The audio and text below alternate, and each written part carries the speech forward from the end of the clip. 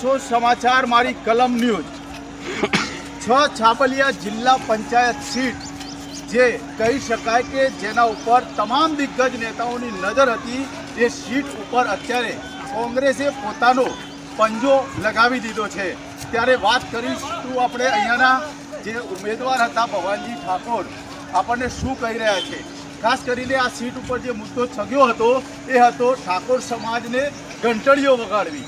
તો ઠાકોર સમાજે પણ આ ઘંટડી વગાડીને જવાબ આપ્યો હોય તેવી ચર્ચાઓ અત્યારથી ટોપ ઓફ ધ ટાઉન બની ગઈ છે। સાથે સાથે કોંગ્રેસના કાર્યકરો ખૂબ જ મોટી સંખ્યામાં અત્યારે એમને વધાવવા માટે પણ અહીંયા જોવા મળી રહ્યા છે। ઠાકોર સમાજના જે આગેવાનો યુવા નેતાઓ જે છે એ તમામ લોકો અહીંયા જોડાઈ ગયા છે। ભવાનજી શું કહેશો, કોંગ્રેસનો પંજો જિલ્લા પંચાયતમાં ગયો છે તો અત્યારે આપણે ભવાનજી ઠાકોરને મળીશું। શું કહેશો ભવાનજી, વિજય તરફ આપણે કૂચ કરી અને ટોપ સીટ ગણાય સાહેબ, બીજા તરફે ખરેખર બધા જે મારા તમામ મતદારો એ બધાનો આભાર માનું છું। ખાસ કરીને તમે ખભેથી ખભો મિલાવીને કોંગ્રેસ પક્ષને વિજય બનાવવા માટે મહેનત કરી, સમાજનું સમર્થન કેવું રહ્યું? બહુ મોટા સમાજમાં અમારા સમાજ અને બીજા પણ સમાજ અને તમામ મતદારોએ અમને વોટ આપીને ભવ્ય જીત અપાવી। કોંગ્રેસ અત્યારે ભવ્ય જીત હાસિલ કરી છે।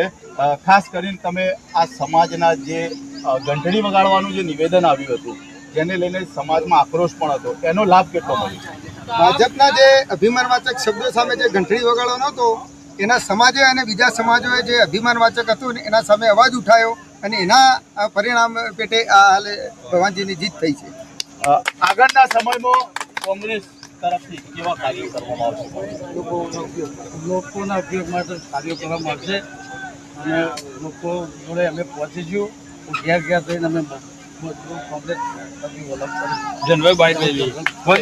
તરફથી જે પણ વચનો આપવામાં આવ્યા હતા, જે અધૂરા કામો છે એને પૂરા કરવા માટે સતત પ્રયત્નો કરવામાં આવશે જેવું ભવાનજી ઠાકોર જણાવી રહ્યા છે।